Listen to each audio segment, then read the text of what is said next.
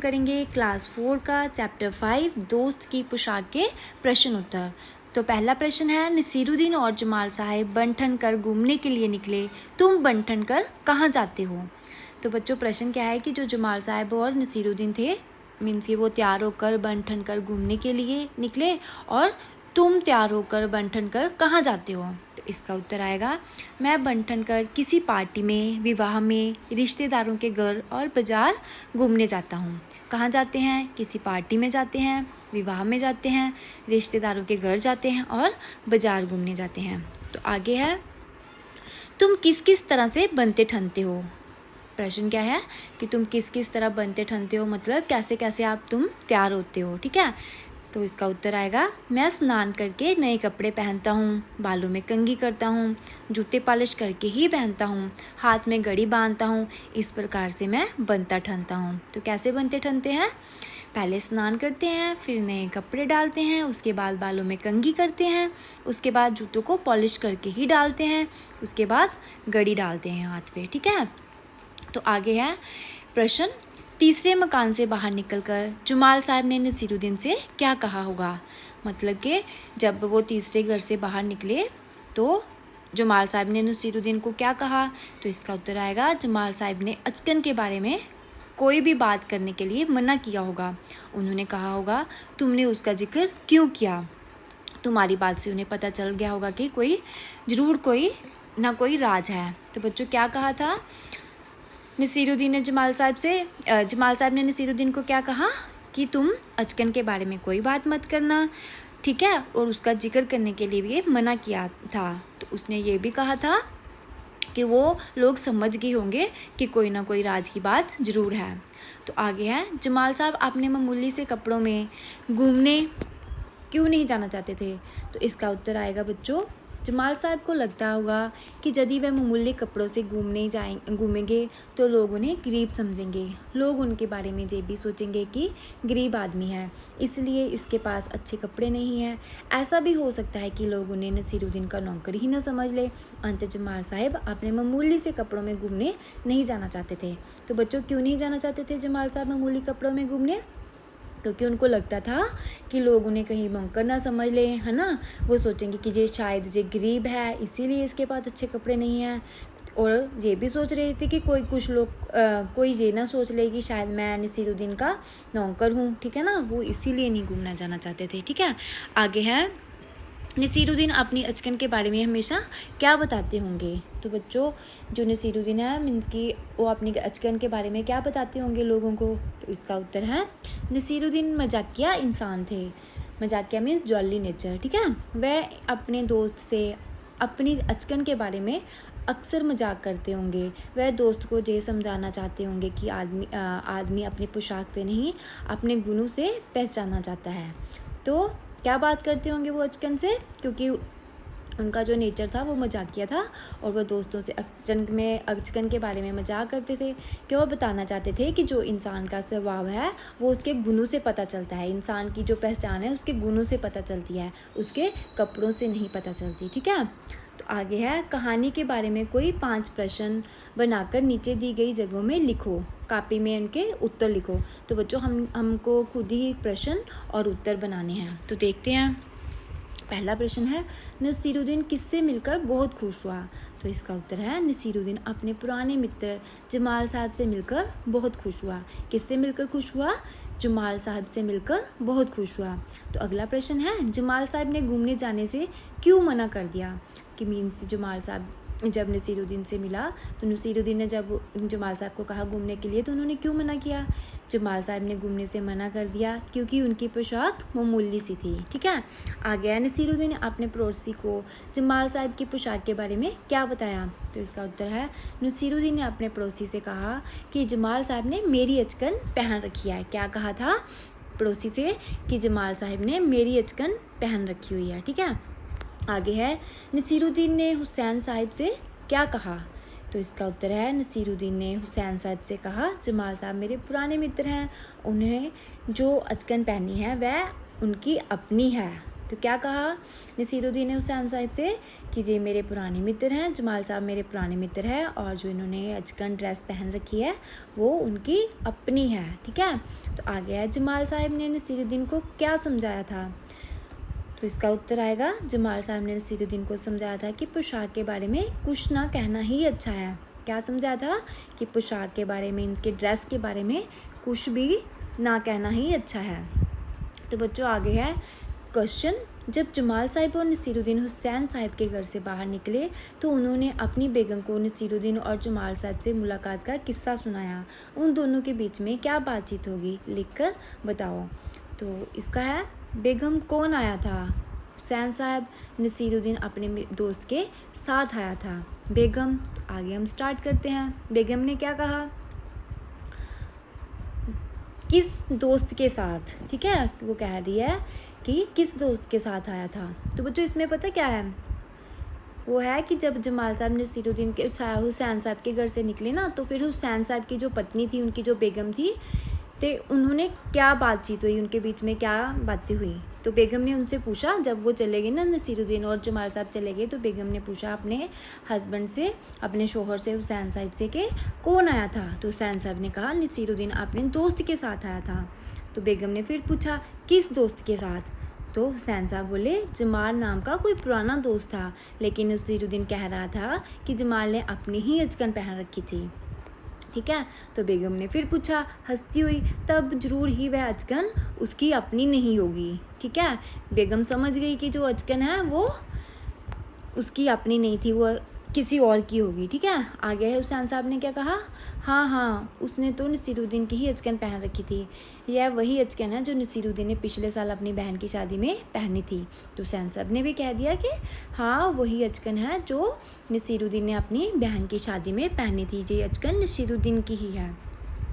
तो प्रश्न है, नसीरुद्दीन ने कहा चलो दोस्त मोहल्ले में घूम आए। जब नसीरुद्दीन अपने दोस्त से मिले, वह उसे अपना मोहल्ला दिखाने ले गए। जब तुम अपने दोस्तों से मिलते हो तब क्या क्या करते हो। मीन्स कि जब नसीरुद्दीन मिले थे अपने दोस्त से तो उन्हें वो मीन्स कि मोहल्ला घुमाने के लिए लेके गए। तो प्रश्न है कि जब आप अपने दोस्त से मिलते हो तो क्या क्या करते हो। तो इसका उत्तर है, मैं जब अपने दोस्त से मिलता हूँ तो उसके साथ कार्टून फिल्में देखता हूँ, खूब खाता पीता हूँ, खेलता हूँ। क्या करते हैं, कार्टून फिल्में देखते हैं, खाते पीते हैं और खेलते हैं। तो अगला प्रश्न है, नसीरुद्दीन की बात सुनकर जमाल साहब पर तो मानो गड़ो पानी पड़ गया। गड़ो पानी पड़ना एक मुहावरा है, इसका क्या मतलब हो सकता है, पता लगाओ। तुम इसका मतलब पता करने के लिए अपने साथियों या बड़ों से बातचीत कर सकते हो, जहाँ शब्दकोश देख सकते हो। तो बच्चों इसमें जो है गड़ो पानी बनना ये एक मुहावरा है, तो हमें इसका अर्थ मालूम करना है, इसका क्या अर्थ है। तो अगला है, इस मुहावरे को सुनकर मन में एक चित्र सा बन जाता है। तुम भी किन्हीं दो मुहावरों के बारे में चित्र बनाओ। कुछ मुहावरे हम दे देते हैं, तुम चाहो तो इनसे कोई पसंद कर सकते हो। तो बच्चों वो कहता है जैसे गड़ो पानी पड़ना। तो देखो ना हमारे मन में, हमारे सामने एक पिक्चर सी बन गई कि जैसे गड़े में पानी पड़ गया है ना। तो ऐसे ही वो बोल रहे हैं कि कुछ और मुहावरे भी लो और उनके भी चित्र बनाओ। ठीक है, तो आगे है, सिर मुंडाते ही ओले पड़ना, ऊँट के मुँह में जीरा, दिए तले अंधेरा, ईद का चांद। ठीक है, तो गड़ो पानी पड़ने का अर्थ है बहुत लज्जित होना। ठीक है ना, लज्जित मीन्स इंसल्टेड फील करना। ठीक है, तो इसका खा का क्या है, इसमें उन्होंने मुहावरे दिए हुए हैं ना जो 4, हमें इनमें से एक मुहावरा उठाना है और उसका चित्र अपने मन में बनाना है। ठीक है ना, हम बनाएंगे ऊँट के मुंह में जीरा। तो इसका देखो ये ऊँट बनाया हुआ है और उसके आगे जीरे की एक वो रखी हुई है। ठीक है, ऐसा चित्र बनेगा ना जब हम सोचेंगे ऊँट के मुंह में जीरा। तो आगे है दिए तले अंधेरा। तो जब हम दिए तले अंधेरा सोचेंगे तो तब क्या होगा, दिया दिखेगा हमें, तो उसके नीचे लगेगा जैसे अंधेरा अंधेरा है। ठीक है ना, तो बच्चों आगे है, नसीरुद्दीन एक बड़कीली अचकन निकाल कर लाए। बड़कीली शब्द बता रहा है कि अचकन कैसी थी। कहानी में से ऐसे ही और शब्द छांटो और किसी के बारे में कुछ बताते हो, उन्हें छांट कर नीचे दी गई जगहों में लिखो। तो बच्चों हमें ढूंढने हैं वो कौन से शब्द है। तो चलो शुरू करते हैं। जैसे पुराना दोस्त, बड़कीली, पुराना जैसे शब्द किसी के बारे में कुछ खास या विशेष बता रहे हैं, इसलिए इन्हें विशेषण कहा जाता है।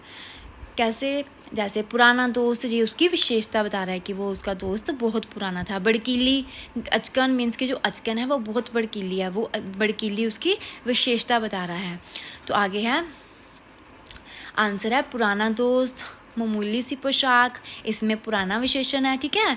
मामूली सी पोशाक जो मामूली सी है वो विशेषण है, जो खास है वो विशेषण है, कई विशेषण है, अन्य वो भी विशेषण है, ये विशेषण है, ठीक है। पुराना दोस्त, मामूली सी पोशाक, खास दोस्त, कई सालों, अन्य पड़ोसी, ये अचकन, ठीक है। आपको समझ आ गया ना विशेषण कौन कौन से इनमें से, जैसे पुराना, मामूली, खास, कई, अन्य, ये सारे विशेषण हैं। तो आगे है, पड़ोस के घर में जाकर नसीरुद्दीन पड़ोसी से मिले। तुम अपने पड़ोसी बच्चों के साथ बहुत से खेल खेलते हो, पर क्या तुम उनके परिवार के बारे में जानते हो? चलो दोस्तों के बारे में और जानकारी इकट्ठी करते हैं। यदि तुम चाहो तो उनसे ये बातें पूछ सकते हो। जैसे कैसी बातें पूछ सकते हैं मैं? घर में कितने लोग हो, उनके नाम क्या हैं, उनकी आयु क्या है, वे क्या क्या काम करते हैं, इस सूची में तुम अपने मन से और भी सवाल जोड़ सकते हो, ठीक है। तो बच्चों, इसकी जानकारी के लिए हमें जो हमारा फ्रेंड है ना, उससे पूछना है कि वो घर में कितने लोग रहते हैं, है ना, कहाँ पे रहते हैं, क्या करते हैं, है ना, उनकी उम्र कैसी है। आप कुछ भी पूछ सकते हो, ठीक है। खुद ही पूछकर, जो भी आपके पास में पड़ोसी है, जहाँ आपके स्कूल में जो फ्रेंड है, उससे पूछकर लिखो, ठीक है। इसका आगे प्रश्न है, इन शब्दों को बोलकर देखो, ये मिलती जुलती आवाज़ वाले शब्द हैं। जरा से अंतर से भी शब्द का अर्थ बदल जाता है। तो बच्चों, कुछ शब्द ऐसे होते हैं जिनका जब हम बोलते हैं तो वो हमें सेम ही लगते हैं, लेकिन उनका जो अर्थ होता है वो अलग होता है, ठीक है। नीचे इसी तरह के कुछ शब्दों के जोड़ दिए गए हैं। इन सबके अर्थ अलग अलग हैं। इन शब्दों का वाक्यों में प्रयोग करो। तो बच्चों, जैसे हमें नीचे दिए गए हैं ना शब्द, हमें इनका प्रयोग करना है वाक्यों में, ठीक है। जैसे गड़ा, गड़ा, देखो बोलने में दोनों सेम लग रहे हैं ना, गड़ा, ठीक है, और गड़ा। फन, फन, सेम लग रहे हैं ना। तो चलो हम इनको वाक्यों में प्रयोग करते हैं। जैसे गड़ा, गड़ा क्या क्या बनेगा? कुम्हार गड़ा बनाता है, ठीक है। और गड़ा क्या क्या हो सकता है? सुनार ने हार गड़ा, ठीक है। मतलब कि इधर गड़े का मतलब कि सुनार ने हार को मीन्स की बनाया, और उधर कुम्हार गड़ा बनाता है। गड़ा एक पोट मीन्स की क्ले पोट होता है ना, जो उसको बोलते हैं, ठीक है। आगे है घूम, बूढ़े पार्क में घूम रहे हैं। घूम मीन्स के घूमने जाना, ठीक है ना। जो बूढ़े लोग हैं वो पार्क में घूम रहे हैं, ठीक है। और दूसरा है झूम, बच्चे पार्क में डांस करके झूम रहे हैं। झूम मीन्स के लाइक जैसे हम ऐसे हिलते हैं ना डांस करते करते इधर उधर, वैसे ही, ठीक है। आगे है राज, भारत में अंग्रेज़ों का राज रहा है, ठीक है ना। राज मीन्स कि उनका रूल रहा है, ठीक है। और दूसरा राज क्या क्या है? घर के राज कहीं नहीं बताने चाहिए। इधर राज है सीक्रेट, कि हमें अपने घर के जो राज हैं, सीक्रेट्स हैं, वो किसी को नहीं बताने चाहिए। तो आगे है फन, जोकर अपने फन में माहिर होता है। फन मीन्स उनकी जो कला है, ठीक है ना। तो जोकर क्या है? वो अपनी कला में निपुण होता है, तभी लोगों को हंसाता है ना। तो आगे है फन, इसका क्या है? हमले से पूर्व सांप अपना फन उठाता है। जो सांप का सा फन होता है ना, जो अपना सिर उठा लेता है, उसको बोल देते हैं कि सांप का फन, ठीक है। आगे है सजा, दीपावली में सारा शहर सजा होता है। सजा मीन्स जिसकी डेकोरेशन हुई हो, तब क्या होता है? दिवाली पर सारा शहर सजा होता है। दूसरा क्या है? सजा, चोरी करने पर सजा हो जाती है। सजा का मतलब पनिशमेंट, ठीक है। खोल, दुकानदार ने दुकान खोल दी मीन्स की ओपन कर दी। और दूसरा है खौल, गुस्से के कारण रमन का खून खोल गया मीन्स कि उसको गुस्से से उसको बहुत गुस्सा आया मीन्स कि गुस्से में जैसे कहते हैं ना लाल पीला सा होना, वैसा ही, ठीक है। तो बच्चों, अगर आपको मेरी वीडियो जो हेल्पफुल लगी हो, प्लीज़ मेरे चैनल को लाइक और सब्सक्राइब ज़रूर करिए। आपका एक लाइक और सब्सक्राइब मुझे मोटिवेट करेगा और मैं आपके लिए और भी वीडियो बनाऊँगी, ठीक है। तो मिलते हैं नेक्स्ट वीडियो में, बाय बाय।